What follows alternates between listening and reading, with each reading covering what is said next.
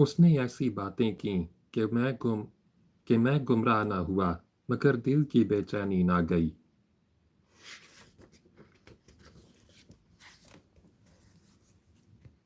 मैंने बाकायदा नमाज पढ़नी शुरू कर दी, और हर नमाज के बाद जब मैं दुआ मांगता था तो अक्सर मेरे आंसू निकल आते थे।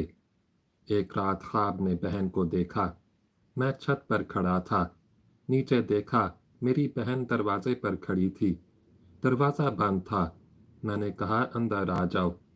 उसने कहा, मेरे लिए दरवाज़ा अब कभी नहीं खुलेगा।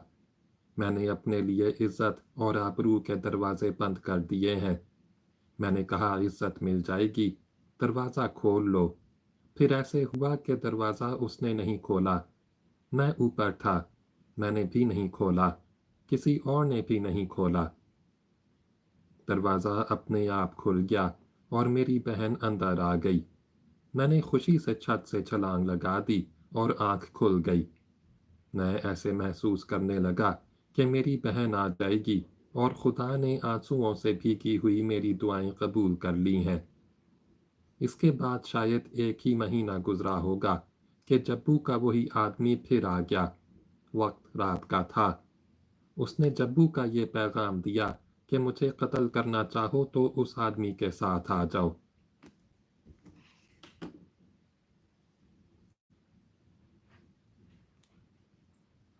उसने जब्बू का ये पैगाम दिया उसने जब्बू का ये पैगाम दिया कि मुझे कत्ल करना चाहो तो इस आदमी के साथ आ जाओ। जो हथियार लाना चाहो जो हथियार लाना चाहो ले आना। बहन तुम्हें फिर भी नहीं मिलेगी। अगर मेरे पास हमेशा के लिए आना चाहो तो भाई समझकर साथ रखूंगा। बहन तुम्हें बहन तुम्हें फिर भी नहीं मिलेगी। मैं तुम्हारी एक ख्वाहिश पूरी कर रहा हूँ। वो है तुम्हारी बहन की शादी। मैंने अभी तक उसके साथ शादी नहीं की, लेकिन अल्लाह गवाह है कि इसे दाश्ता और बेनिकाह बीवी भी नहीं बनाया। इस लड़की के साथ मुझे इतना प्यार है कि उसे बड़ी पाक चीज समझ के रखा हुआ है। मैंने उसे कहा कि जाओ अपने भाई के पास चली जाओ। उसने इनकार कर दिया और कहा कि मेरे भाई को अपने पास बुला लो। जब्बू ने दूसरा पैगाम ये भेजा कि तुम्हारी ख्वाहिश थी कि अपनी बहन की शादी करो। मैं उसके साथ शादी कर रहा हूँ। उस वक्त तक उसका उस वक्त तक उसका जिस्म मुझ पर हराम है। गरीब की बेटी जब्बू के हाथों बेआबरू नहीं होगी। शादी के बाद तुम्हें कहीं बुलाऊंगा या खुद आ जाऊंगा। तुम्हारी बहन साथ होगी। इस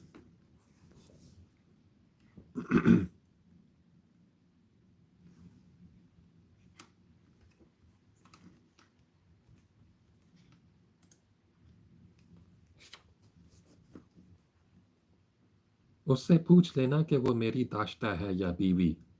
अगर तुम्हें या तुम्हारे माँ बाप को पुलिस परेशान करती हो तो मुझे बताओ।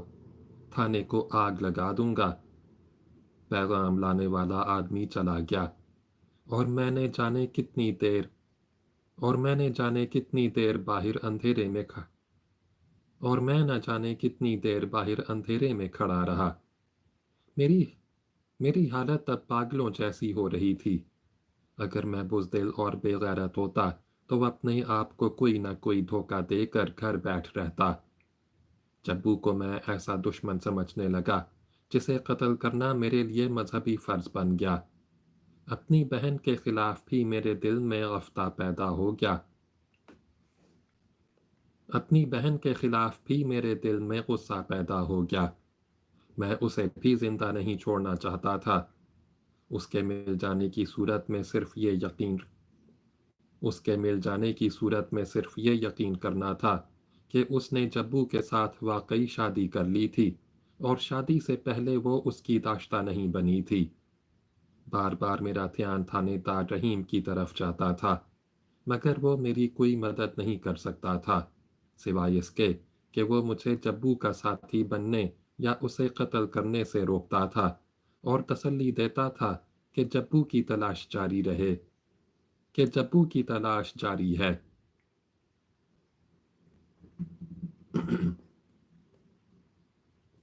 वो मिल गया तो मुझे बहन وہ मिल गया तो मुझे बहन भी मिल जाएगी। मुझे दरअसल आसरा तो खुदा का था। उसकी ज़ात के हजूर रोता और रो रो कर दुआएं मांगता था। मददगार अल्लाह ही होता है और अल्लाह ही ने मेरी मदद की और अल्लाह ने ही मेरी मदद की। जब्बू का आदमी जिस रात दूसरी बार आया था, उसके तीसरे या चौथे रोज मुझे थाने से बुलावा आया। थानेदार ने बुलाया था। मैं फौरन गया। अपनी आंखों पर यकीन न आया। वहां मेरी बहन बैठी हुई थी। मैं उस मैं इसे ख्वाब समझा और थानेदार के दफ्तर के दरवाजे पर ही रुक गया। बहन बेंच पर बैठी हुई थी। मुझे देखकर उसके आंसू निकल आए। वो उठी और मेरे कदमों के बैठ वो उठी और मेरे कदमों में बैठकर उसने मेरे दोनों पांव पकड़ लिए। फिर मेरे दोनों पांव के दरमियान माथा रख दिया। मैं हैरान और परेशान खड़ा रहा। वो उठी और उसने मेरा चेहरा दोनों हाथों में लेकर पहले मेरा एक गाल चूमा, फिर दूसरा, और खामोशी से जाकर बेंच पर बैठ गई।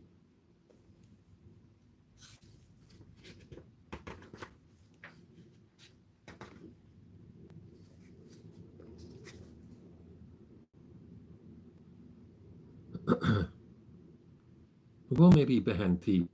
उसके आंसुओं ने मेरा गुस्सा ठंडा कर दिया। उसने मेरे कदमों में सजदा किया था। मुझे ख्याल आया कि गुनहगार बंदों को खुदा भी माफ़ कर दे मुझे ख्याल आया कि गुनहगार बंदों को खुदा भी माफ़ कर दिया करता है। मैं तो गुनहगार बंदा हूँ। मैंने दिल में अपनी बहन को माफ़ कर दिया। मैंने देखा कि थानेदार रहीम के पास एक और थानेदार बैठा हुआ था। वो भी मुसलमान था। मुझे बाद में पता चला था कि थानेदार रहीम ने उस थानेदार को मेरे मुतालिक सब कुछ बता दिया था। इसलिए मेरे साथ और मेरी बहन के साथ उसका रवैया बड़ा अच्छा था।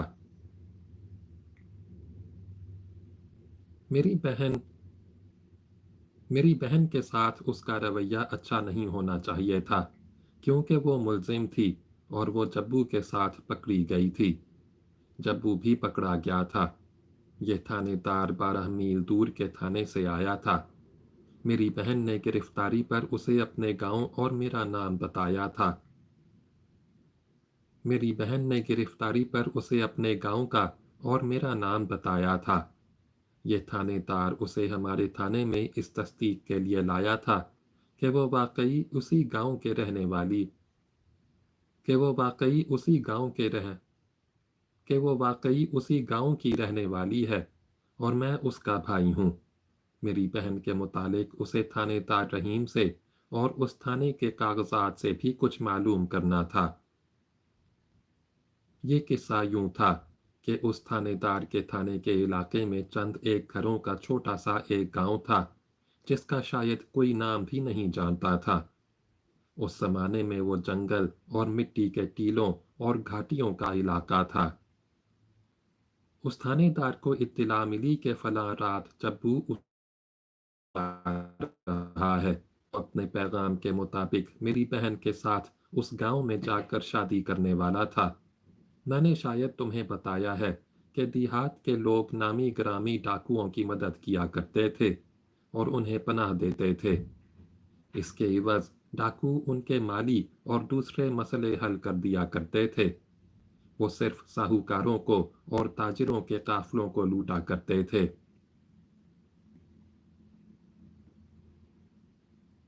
जब्बू ने शादी के लिए उस गांव को शायद इसलिए पसंद किया था कि वो आम रास्तों और बड़ी बस्तियों से अलग थलग और दुश्वार गुजार इलाके में था।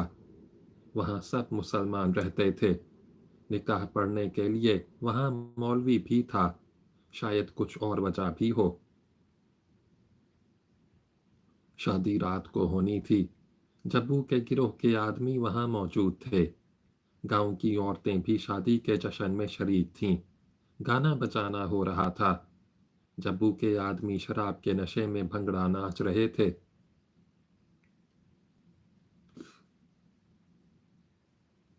जब्बू के आदमी शराब के नशे में भंगड़ा नाच रहे थे। मेरी बहन को गांव की औरतों ने दुल्हन बनाया था। निकाह पढ़ा जा चुका था और खाने नाचने और उधम मचाने का दौर शुरू था। 20-22 गरीब से देहाती 10-12 ऊँटों के साथ गांव में जा रुके और जश्न का तमाशा देखने लगे। उनसे पूछा गया कि वो कौन हैं। उन्होंने बताया कि जालंधर के एक ताजिर का माल ले जा रहे हैं और रात यहाँ रुकेंगे। जब्बू ने हुक्म दिया कि उन सब को खाना खिलाओ। जब्बू ने हुक्म दिया कि इन सब को खाना खिलाओ, ये मेरी शादी में शरीक हुए हैं। इसके साथ ही उसने कहा कि उनके ऊँटों पर जो माल है वो उतार लो और ऊँट उन्हें दे देना। ऊँट उनके अपने हैं। ऊँट करीब ही खड़े थे। एक ने कहा, हम ऊँटों को बिठा देते हैं, तुम माल उतार लो। हम जाकर कह देंगे कि लूटे गए हैं। हमें हमारे ऊँट चाहिए। हम हम जाकर कह देंगे कि लूटे गए हैं। हमें हमारे ऊँट चाहिए। ऊँट अंधेरे में थे। वो सब ऊँटों को बिठाने लगे।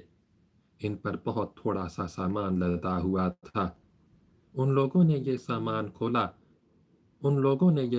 खोला तो अंदर से राइफलें निकलीं।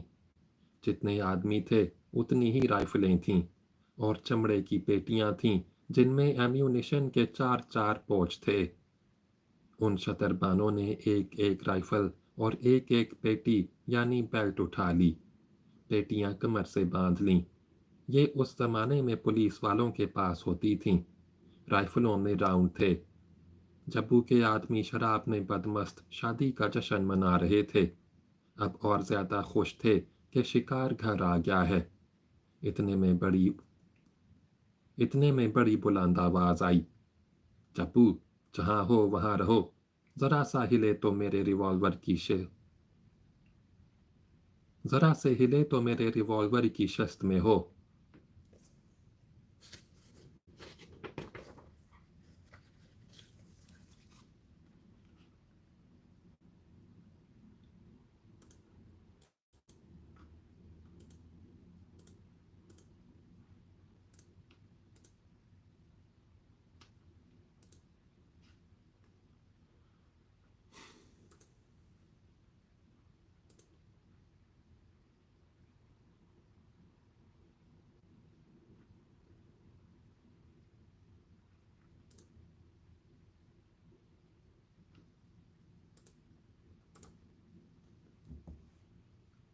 दूसरी आवाज गरजी, सब जहां खड़े हो वहां बैठ जाओ।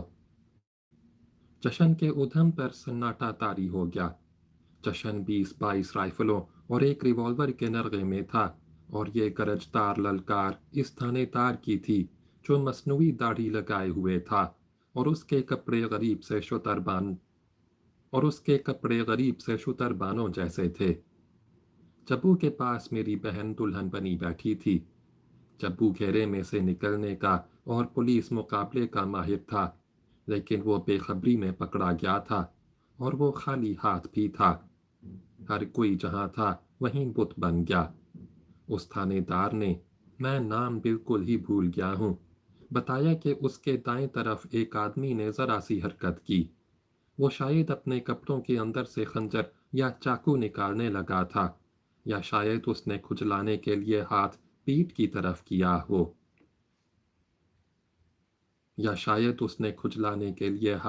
पेट की तरफ किया हो। उसने जो ही हरकत की, थानेदार का रिवॉल्वर चला और वो आदमी अपने एक बाजू पर हाथ रखकर बैठ गया। गोली उसके कंधे और कोहनी के दरमियान बाजू पर लगी थी। वो मरने से बच गया। थानेदार ने ऐलान किया कि गांव के आदमी और औरतें एक तरफ हट जाएं और जब्बू के आदमी यहीं खड़े रहें। 7-8 आदमी वहीं खड़े रहे। बाकी सब वहां से हट गए। कुछ लोग परे होकर भाग उठे, लेकिन पुलिस ने उनकी तरफ तवज्जो ना दी। इस तरह जब्बू के कुछ साथी भाग गए होंगे, लेकिन जब्बू के लिए भागना मुमकिन नहीं था। उसने थानेदार से कहा, इंशाल्लाह जेल से भागूंगा। जब्बू के साथ मेरी बहन भी पकड़ी गई। उससे बयान लिया गया। उसने अपने गांव का और मेरा नाम लिया और कहा कि वो जब्बू के साथ अपनी मर्जी से आई है। अब वो मेरे सामने थाने में बैठी थी। ये तो साबित हो गया कि मेरी बहन और जब्बू का साथ इतना पुराना नहीं कि वो जब्बू के राजों से वाकिफ होती और बता सकती कि जब्बू ने लूट मार का माल और ये बता सकती कि जब्बू ने लूट मार का माल कहाँ रखा हुआ है। अभी उसे 2 महीने पूरे नहीं हुए थे।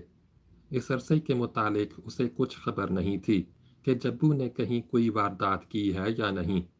लेकिन थानेदार जिसके साथ वो आई थी और थानेदार रहीम भी कहता था कि मेरी बहन ये बयान दे कि जब्बू ने उसे अगवा किया था और ज़बरदस्ती उसे ताश्ता बनाए रखा और अब ज़बरदस्ती उसके साथ शादी की थी।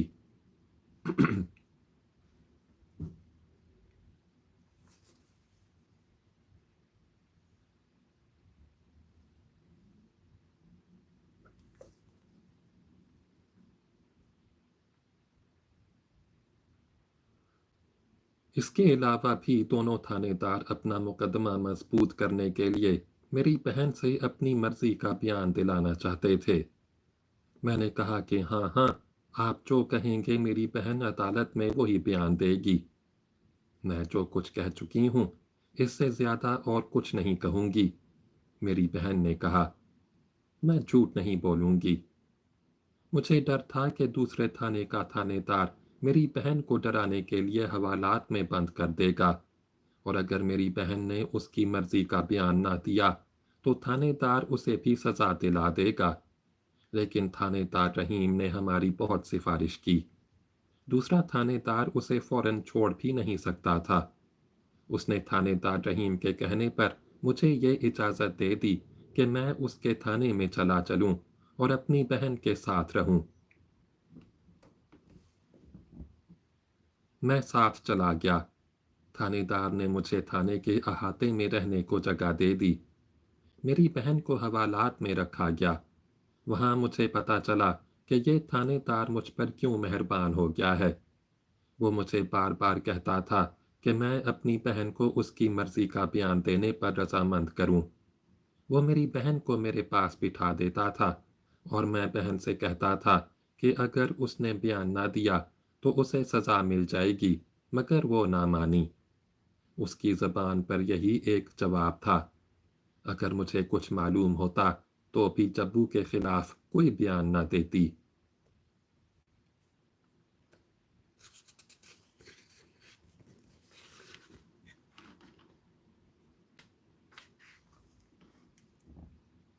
मैं कैसे मान सकता था कि जब्बू ने उसे बहन या बेटी बनाकर रखा होगा।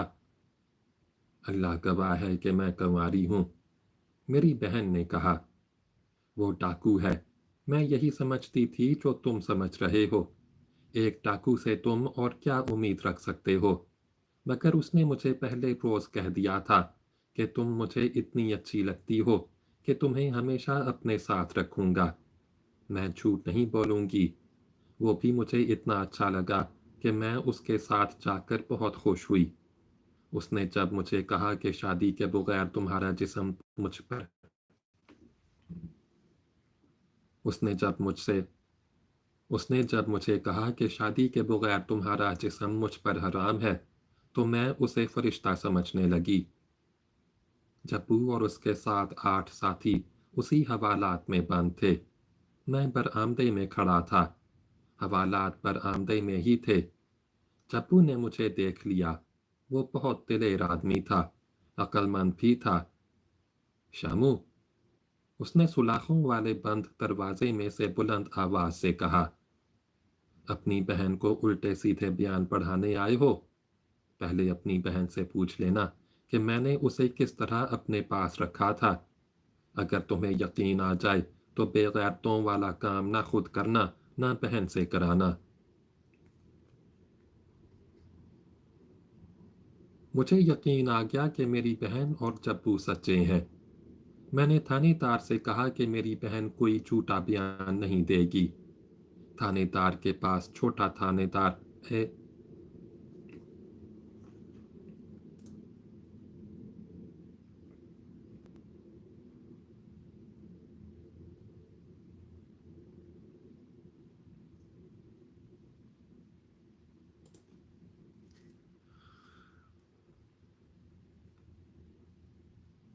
تھانے دار کے پاس چھوٹا تھانے دار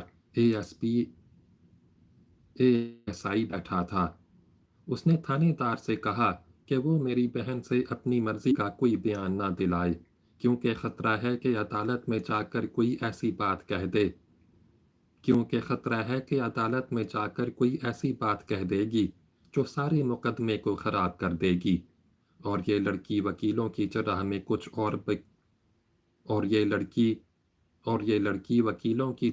کچھ اور بک ڈالے گی۔ سرکاری وکیل خود ہی اس سے اپنے مطلب کی باتیں کہلوا لے گا۔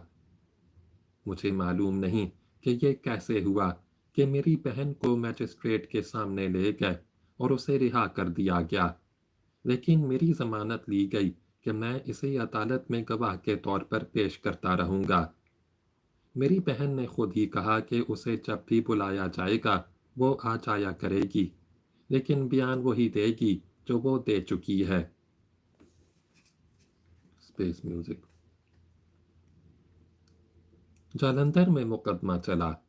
میں بہن کو ساتھ لے کر جالندھر جایا کرتا تھا۔ چبو کے خلاف 3 قتل کی اور 5 ڈکیتی کی وارداتوں کا الزام تھا۔ مقدمہ شروع ہوا تو میں نے عبدالقدیر کی بیوی کو دیکھا۔ وہ ایک آدمی کے ساتھ جالندھر عدالت میں گواہی دینے آئی تھی۔ وہ مجھے اور میری بہن کو گھور گھور کر دیکھتی تھی۔ ہم سے سخت ناراض تھی۔ میں عدالت میں گواہوں کے بیان سنا کرتا تھا۔ چبو کے خلاف 3 تھانوں کے کیس تھے، اس لیے گواہ بہت سے تھے۔ اس کی وارداتوں کو جانے دو۔ میں تمہیں سناتا ہوں کہ جبو کی نشاندہی کس طرح ہوئی تھی۔ جبو کو پکڑوانے والی عبدالقدیر کی بیوی تھی۔ میں تمہیں بتا چکا ہوں کہ خوبصورت اور جوان تھی۔ عبدالقدیر کو سزا ہو گئی تو جبو نے دوستی کا حق ادا کرنے کے لیے اس کی بیوی کو اپنے پاس بلا لیا تھا۔ یہ باتیں جو میں سنانے لگا ہوں اس آدمی کے بیان سے معلوم ہوئی تھیں جو عبدالقدیر کی بیوی کے ساتھ تھا۔ خوبصورت بیان تھا۔ اسے پولیس نے وعدہ معاف گواہ بنا لیا تھا۔ حوالیوں کو عبدالقدیر کی بیوی چبو کے پاس پہنچی۔ ہوا یوں کہ عبدالقدیر کی بیوی جبو کے پاس پہنچی تو اس نے دیکھا کہ جبو میری بہن کو بڑے پیار سے اپنے پاس رکھے ہوئے ہے۔ عبدالقدیر کی بیوی کو پتا چلا کہ جبو میری بہن کے ساتھ شادی کر رہا ہے تو اس میں حسد پیدا ہو گیا۔ اس نے جبو پر اپنا جادو چلانے کی کوشش شروع کر دی، لیکن جبو اسے اپنے دوست کی بیوی سمجھتے ہوئے اس کی خواہش پوری نہیں کر رہا تھا۔ یہ آدمی جو عبدالقدیر کی بیوی کے ساتھ عدالت میں آیا کرتا تھا اسے دل سے چاہنے لگا۔ وہ جبو کا خاص آدمی تھا۔ اس کے بیان سے پتا چلا کہ 2 بار یہی میرے گھر مجھے جبو کا پیغام دینے آیا تھا۔ اس نے عبدالقدیر کی بیوی سے محبت کا اظہار کیا جو اس عورت نے قبول نہ کیا۔ وہ جبو کی داشتہ بننے کی کوشش کر رہی تھی، مگر جبو اس امانت میں خیانت نہیں کر رہا تھا۔ آخر ایک روز تنگ آ کر عبدالقدیر کی بیوی نے جبو سے اپنی محبت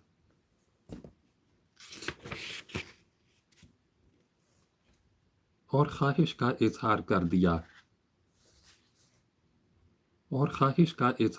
دیا۔ جبو نے اسے ڈانٹ دیا۔ وہ اس چوٹ کو برداشت نہ کر سکی۔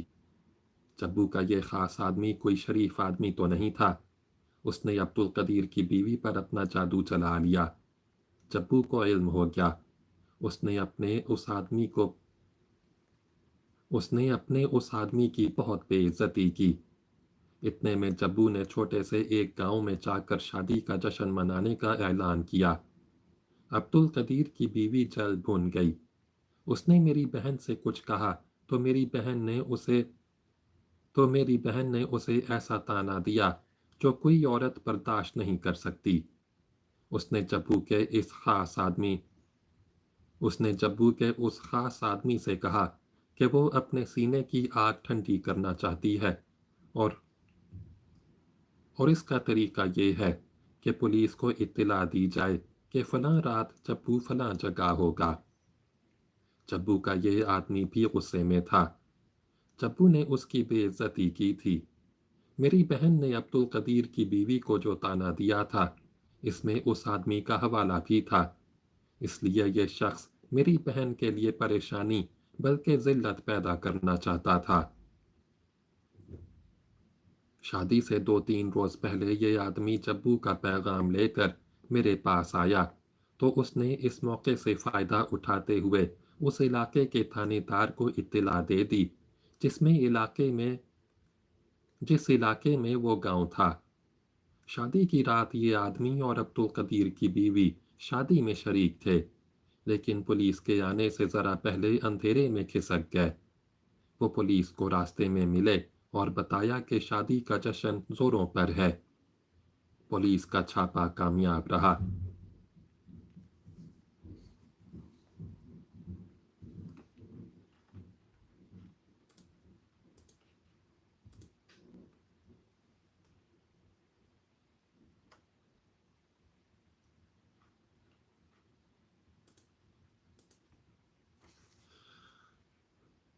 पुलिस का छापा कामयाब रहा।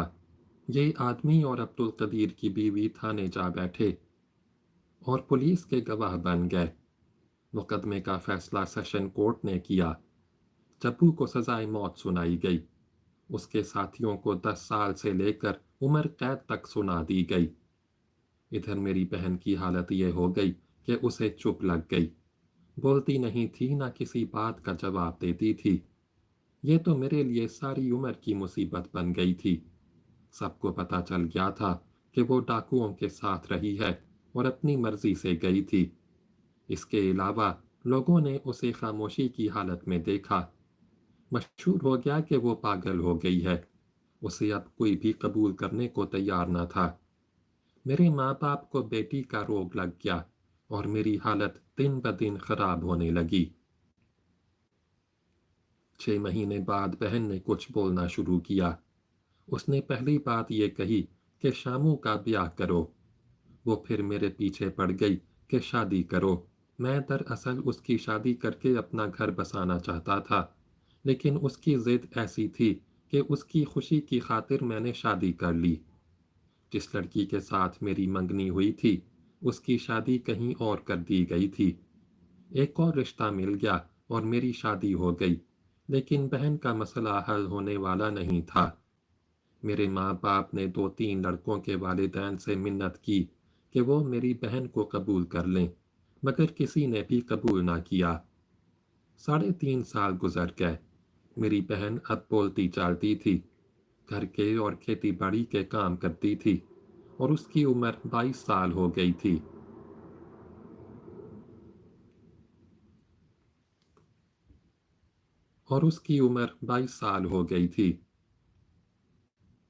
उस जमाने में देहात में 16-17 साल की लड़की की शादी कर दिया करते थे। मुझे अब यही नजर आ रहा था कि मेरी बहन कंवारी बूढ़ी हो जाएगी। मेरे माँ बाप खानकाहों पर जाते और माथे रगड़ते थे और मैं खुदा के हजूर रोता था। एक रोज अब्दुल कदीर मेरे घर आ गया। उसे देखकर मैं बहुत हैरान हुआ। उसे एक जुर्म की सजा 5 साल और दूसरे की 2 साल हुई थी। वो 3.5 पौने 4 साल बाद कैसे आ गया? मैंने उससे पूछा कि जेल से भाग आए।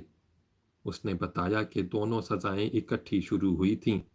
इस तरह उसे 7 की बजाय 5 साल कैद काटनी थी। जेल में हर साल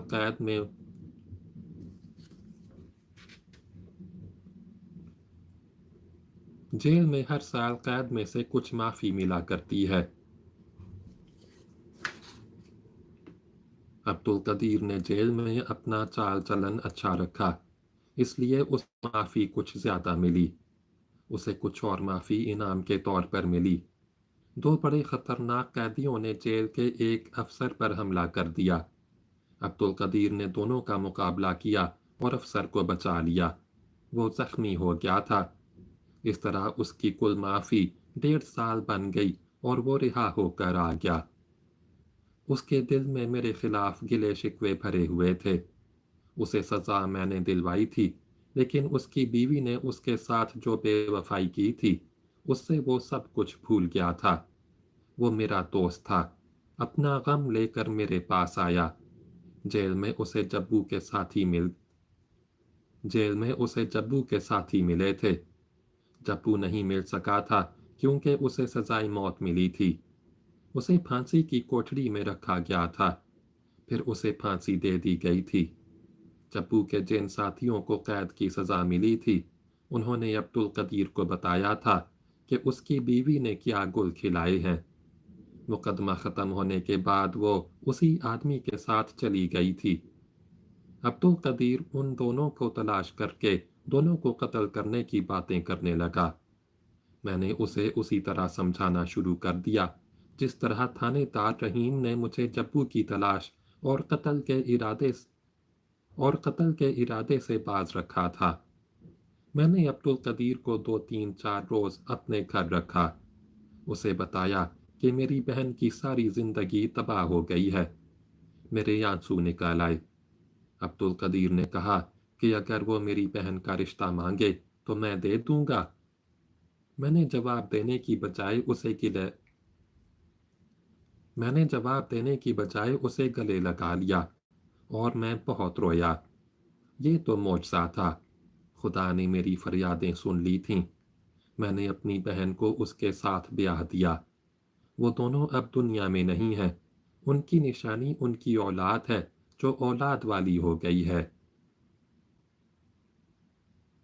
ختم شد۔